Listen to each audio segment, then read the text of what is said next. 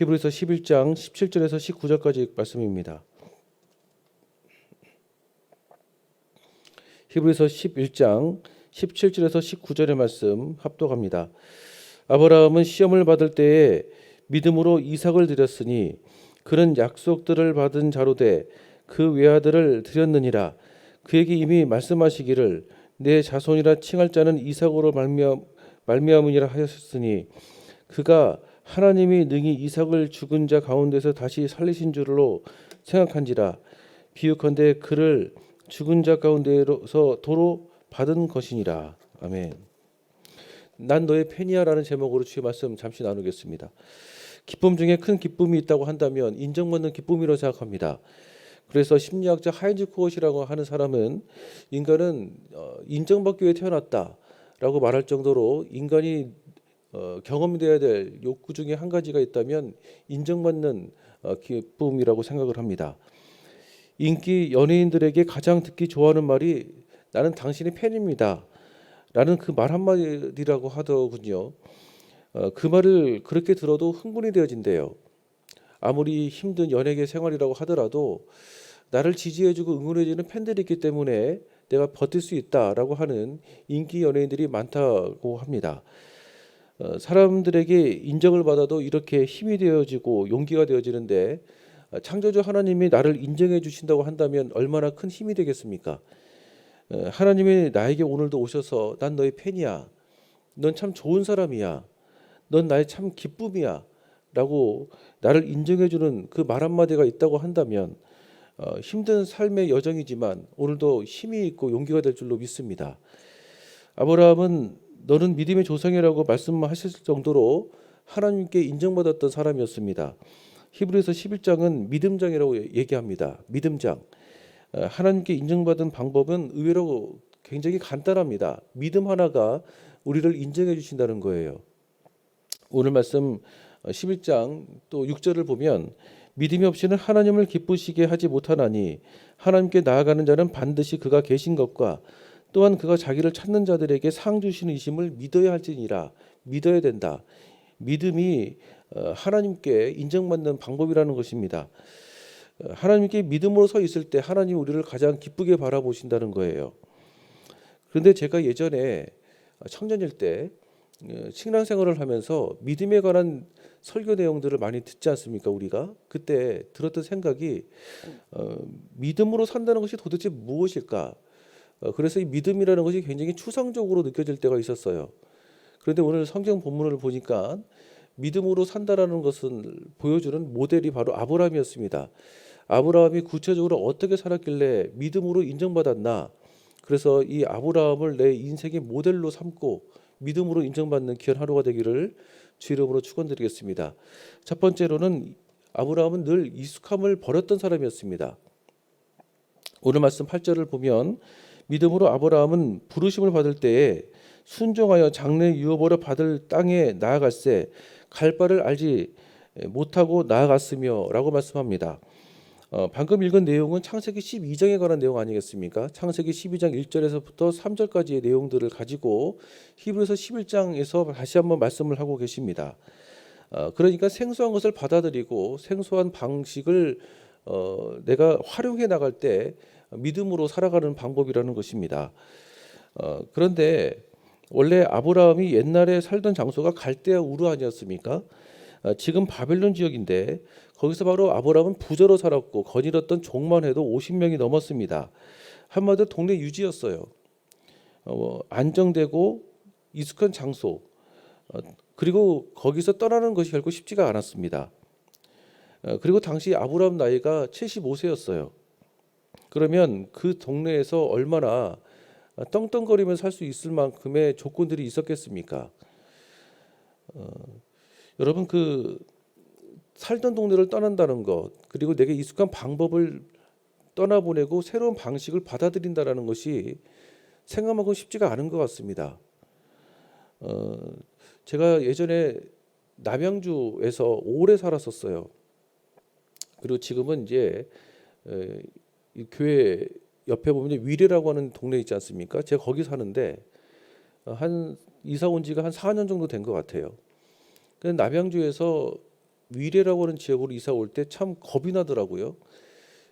익숙했던 방법이 있고 그리고 눈에 익숙한 동네 풍경들이 있는데 이쪽으로 이렇게 이사 온다는 게 참 쉽지가 않았어요. 마음에 큰 결단이 필요했습니다. 심지어는 또 사역지가 옮겨진다는 것 역시도 쉬운 것은 아니었습니다. 내게 익숙한 사람들이 있었고 성도들이 있었고 그냥 서로가 아 하면 어 할 정도로 서로 공감했던 어떤 시간들이 있었습니다. 근데 새로운 사역지에 와서 새로운 곳에서 새로운 방법을 또 새로운 분위기를 받아들이고 내게 활용한다는 게 익숙했던 사람들 입장에서는 쉽지 않습니다. 그런데 가만히 보니까 사람이 어떤 꼰대 소리 듣는다라는 것이 꼭 나이가 많아야지만 꼰대 소리 듣는 것 같지는 않습니다. 가만히 보니까 어린아이들도 나 때는 말이야 뭐 이런 말 하더라고요. 그러니까 어린아이들도 우리에게 익숙한 방법이 있는 것 같아요. 우리에게 기본적으로 공감될 수 있는 분위기가 있는 것 같아요. 내가 볼 때는 초등학교 5학년도 어린아이 같아 보이는데 초등학교 5학년들 입장에서도 자기네 때가 있었나 봐요. 그래가지고 초등학교 3학년 아이들을 보면서 우리 때는 이러지 않았는데 이런 말 하더라고요. 그러고 보니까 참 꼰대 소리 듣는다라는 것이 꼭 나이만 많다고 적다고 해서 그게 아니구나. 분명한 것은 새로운 방법을 내가 받아들일 수 있다는 거, 그런 마음의 여유력이 있다는 거, 이게 상당히 중요하다라고 생각을 했습니다. 믿음이라는 것이 생성을 받아들이고 결국 나의 것으로 활용하는 것, 이것이 믿음 아니겠습니까? 어떤 사람들은 나는 원래 성격이 이런 사람이 아닌데 이래가지고 이렇게 됐다고. 여러분 원래 그런 것이 아닙니다. 여러분 성격도 익숙한 방법이 있거든요. 익숙한 어떤 나의 감정의 세계가 있거든요. 나의 어떤 성격의 세계가 있거든요. 그 내가 원래 성격이 이래가지고 계속 나는 이러고 살게 된다면 여러분 어떻게 이 믿음으로 살 수 있겠습니까? 영적인 생활도 똑같습니다. 이제까지 육으로 살았던 방식이 있습니다. 그래서 육의 것에 익숙합니다. 그래서 하나님 뜻대로 살아간다는 것이 어색할 수가 있습니다. 그래서 여러분 영적이라는 것은 내게 익숙한 육의 방식과 하나님 것의 방식들을 자꾸 싸워나가고 그리고 빨리 그 하나님의 말씀대로 사는 것을 받아들여서 하나님의 방식대로 승리하는 것이 영적인 방법 아니겠습니까? 또한 자기에 익숙한 감정의 영역이 있습니다. 어떤 사람은 매사 걱정이 너무 많아요. 일어나지 않을 일들을 너무 미래의 것들을 앞당겨서 현재에 끌고 와가지고 걱정을 많이 합니다. 어떤 사람들은 매사 두려움을 많이 느낍니다. 시작하지도 않았던 일을 실패할까 봐 미리 두려워가지고 시작하지도 않을 일들이 얼마나 많이 있습니까? 어떤 사람은 완벽하게 일을 해야지만이 자기의 정체성이 형성된다고 생각을 하나 봐요. 어떤 사람들은 너무 과한 책임감 때문에 자기가 자기 자신을 휴지를 못하게 합니다. 이런 감정이 익숙하면 새로운 느낌을 받아들일 수가 없다는 것입니다. 내일이 두렵다고 새로운 내일을 받아들이지 않게 되어지면 사실 오늘이라는 현실을 누릴 수 없는 거 아니겠습니까? 믿음의 본질적인 내용은 언제나 익숙한 것과 생소한 것의 싸움이라고 저는 생각합니다. 결국 믿음이라는 것은 내게 생소한 것을 받아들인다. 그 많은 사람들이 신앙생활을 하면서 자기는 익숙한 것을 잘 못 버린대요. 내가 생각하는 어떤 방식이 있는데 그 방식대로 살아가는 어떤 틀이 있습니다. 근데 여러분 신앙생활은 자기 생각대로 하는 게 아니지 않습니까? 제가 예전에 설교를 하다가 술 마시는 것에 대해서 얘기를 한 적이 있어요. 하나님의 뜻이 아니다라고 얘기를 했습니다. 저는 그렇게 선포했어요. 근데 설교 끝나고 난 다음에 어떤 젊은 분이 오셔가지고 자기의 생각은 어느 정도 마셔도 된다라고 생각을 한대요. 사회생활을 하다 보면은 그럴 때가 사실 있지 않습니까? 그래서 제가 그런 말을 했어요. 신앙생활은 집사님의 생각대로 하는 게 아니라고. 하나님의 말씀대로 하는 거 아니겠습니까? 익숙함을 포기하고 생소함으로 나아가는 하나님의 자녀가 되기를 주 이름으로 축원드리겠습니다. 조지 물러라고 하는 사람은 고아 10,000명을 키웠던 사람이었습니다. 저분에 관한 어떤 이야기가 참 많지 않습니까? 고아 10,000명을 키우려고 한다면 얼마나 돈이 많이 필요하겠습니까? 일종의 이제 펀드레이징, 그러니까 선교 후원금처럼 이렇게 받아가지고 이렇게 운영하려고 하는 그런 방식이 일반적으로 사람들이 가지고 있는 보편적인 방식이에요. 그런데 조지 물러 목사님의 일기장을 보면 자기는 고아들을 너무 사랑하기 때문에 내가 고아 사역을 한다라고 사람들은 생각한다. 그런데 그게 아니었다는 겁니다. 고아 사역을 하기 위해서는 많은 돈이 필요한데 자기는 그 많은 돈이 필요하지만 사람들한테 후원 계좌 펀드레이징 안 한다라는 거예요. 내가 믿는 하나님이 어떤 하나님인지 내가 온 세상에 보여주고 싶다라는 것입니다. 그래서 자기는 하나님을 제대로 믿어보고 싶다. 그 하나님이 어떤 하나님이냐? 우리에게 공급하시는 하나님이라는 것을 내가 증명해 보이고 싶다라는 거예요. 그래서 자기는 펀드레이징 안 한다는 겁니다. 오직 기도와 믿음으로 말씀으로 이 고아 10,000명을 먹여보겠다. 하나님이 공급하시겠다라는 것, 공급하시는 하나님임을 내가 온 세상에 보여주고 싶다라는 거예요. 생소한 길입니다. 익숙한 방법이 아닙니다. 보편적인 사람들은 펀드레이징 합니다. 그런데 자기는 기도와 말씀으로 이겨보고 싶다는 거예요. 증명해보고 싶다는 겁니다. 그래서 곧 조지 물러 목사님은 믿음의 사람입니다. 여러분, 생소한 길을 피하지 말기를 축복합니다. 여러분, 삶에 문제가 있습니까? 삶이 어려움이 있습니까? 사람을 찾아가서 어떤 것을 부탁하고 싶은 마음의 충동이 느껴지십니까?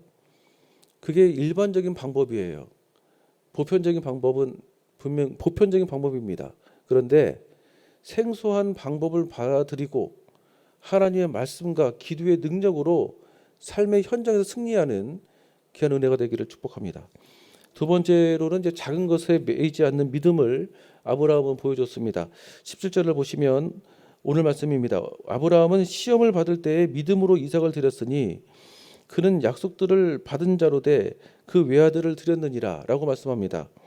아브라함의 100세의 아들 이삭을 얻었습니다. 참 어렵게 얻은 아들이 바로 이삭 아니겠습니까? 그런데 이삭을 바치라고 했던 그 나이대를 보면 대충 신학자들은 이삭이 중학교 정도 되어지는, 그러니까 15살에서 17살 정도 되어지는 그 나이대가 바로 이때쯤 아니었나라고 해석들을 합니다. 여러분, 축복을 주신 분은 바로 하나님 아니십니까? 그리고 축복의 어떤 결과는 아브라함 입장에서는 이삭입니다. 그런데 여러분, 사람이 화장실 들어갈 때가 다르고 나올 때가 다른 것처럼 정말 내 인생에 어떤 급한 일이 있을 때는 바로 하나님 한 분밖에 없는 것처럼 사람이 살다가 내 인생에 어떤 필요한 것들이 채워지면 이 사람이 과연 그때 그 사람 맞나 싶을 정도로 보여주는 사람들이 있습니다. 바로 하나님이 아브라함이 그것을 보려고 하는 거였습니다. 12절에 보시면 허다한 별과 또 해변의 무수한 모래와 같이 많은 후손이 생육하느니라 라고 말씀하십니다. 너희 자손들이 하늘의 별, 해변의 모래같이 엄청나게 하나님께서 축복을 주실 것이다. 이것이 바로 약속의 본체입니다. 그 이후에 더 많은 사람들이 죽기로 나오는 것이 약속의 실체 아니겠습니까? 약속의 본체, 즉 약속을 주시는 분, 약속을 이루는 분은 누구십니까?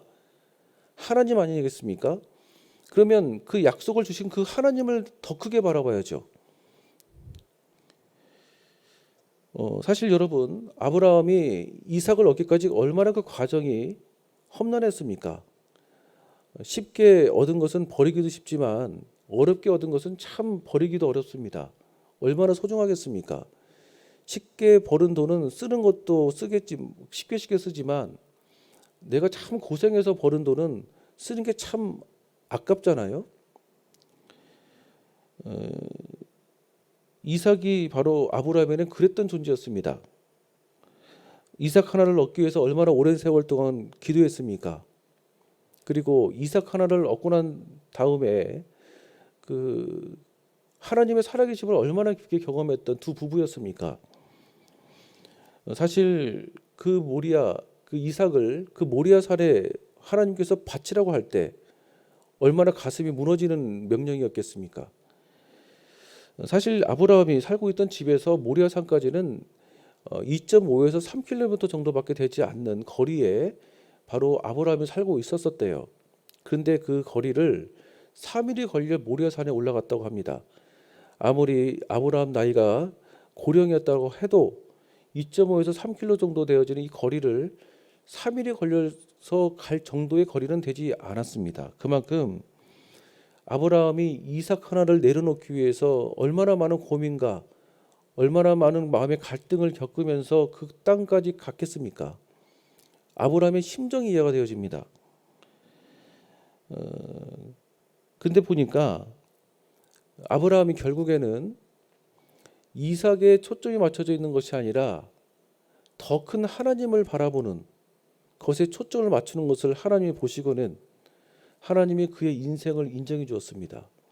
그리고 그 이후에 그의 삶은 엄청난 축복으로 하나님께서 보답해 주셨어요. 작은 것은 이삭이고 큰 것은 하나님 아니겠습니까? 어떤 권사님이 제게 자기는 내 아들이 내 인생의 모든 것이었대요. 사실 그 아들이 커서 한 여자를 만나서 결혼해가지고 자기 곁을 떠난다는 것은 인생의 당연한 이치이지만 지금까지 그 권사님이 살아왔던 인생의 여정들을 보면 그 아들 없이는 살 수 없었던 세월이었거든요. 남편을 봐도 내게 기쁨이 되지 못하고 삶의 여정 안에서 참 나를 지지해 주었던 지택력이 있던 사람들은 전혀 없었고 그냥 그 아들 잘 되는 거 하나 바라보고 여태까지 버텨왔는데 그 아들이 내 곁에 이제 떠난다라는 것이 그 엄마 입장에서는 얼마나 인생 자체가 쓸려 내려가는 기분이었겠습니까? 그래서 그분이 그런 말씀을 하세요. 평소에 내가 하나님만을 바라본다는 것이 얼마나 소중한지를 귀한 아들이 내 곁을 떠날 때 보니까 내가 알겠다고. 여러분, 하나님을 바라보는 은혜가 있기를 축복합니다. 저희 어머니도 제가 결혼하고 난 다음에 한 2주일 동안 아프셨대요. 저도 그 권사님처럼 저희 어머니가 저에게 참 많은 의미를 가지고 저를 키우셨거든요. 예. 여러분, 하나님이 우리 삶의 진정한 의미일 줄로 믿습니다.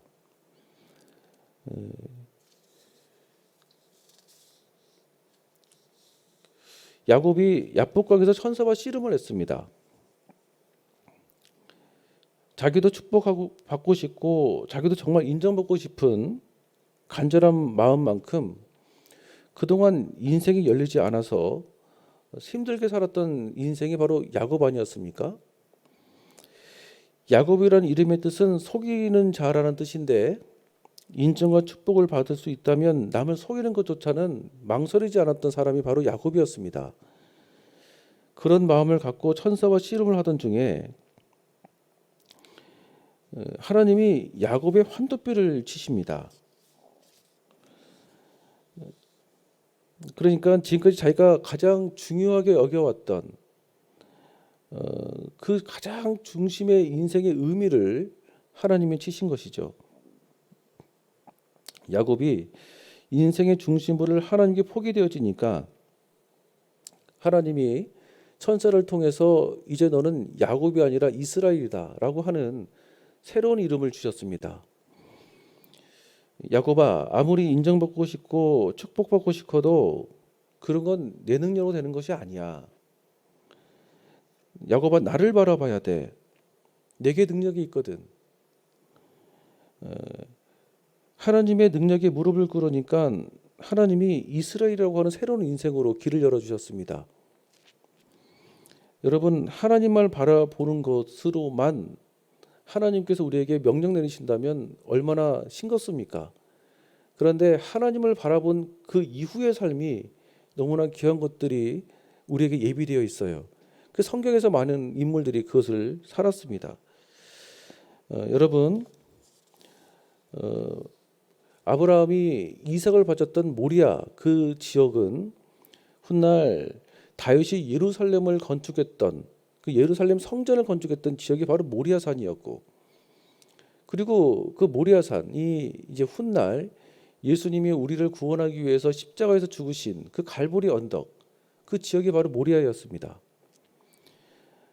여러분, 바로 이것은 예수님의 피가 있는 곳 아니겠습니까? 예수님의 보혈이 있는 곳 아니겠어요? 예수님의 보혈이 있는 것은 나의 것을 내려놓는 장소입니다. 예수님의 피가 있는 곳은 나의 것을 내려놓고 하나님만을 바라보겠습니다라고 하는 신앙의 결단이 있는 곳이 바로 예수의 피가 있는 곳입니다. 그래서 여러분, 오늘도 하나님의 자녀로서 하나님을 바라보고 생소한 익숙한 방식들을 받아들여서 여러분의 삶에 크고 작은 어려움들을 극복해 나가고 결국 하나님의 살아계심이 함께하는 귀한 하루가 되기를 주의 이름으로 축원드리겠습니다. 기도하시는 기도 제목 속에 오늘도 예수의 피로 함께 해달라고 기도하시고 부르짖는 그리고 바라보는 것 속에 하나님의 나라가 함께 해달라고, 또한 나의 것으로 사는 것이 아니라 주의 것으로 살아나가는 신앙의 몸부림이 있는 귀한 하루가 되기를 주의 이름으로 축원드리겠습니다. 살아계신 하나님 아버지, 감사와 찬양을 올려드립니다. 하나님, 오늘도 주님 앞에 믿음으로 살기를 축복합니다. 믿음으로 주 앞에 나와서 생소한 방식을 벗어버리고 하나님의 방식으로 살기를 원합니다. 또한 하나님, 오늘도 하나님만을 바라보고 예수의 피로 살아가는 은혜가 있기를 축복합니다.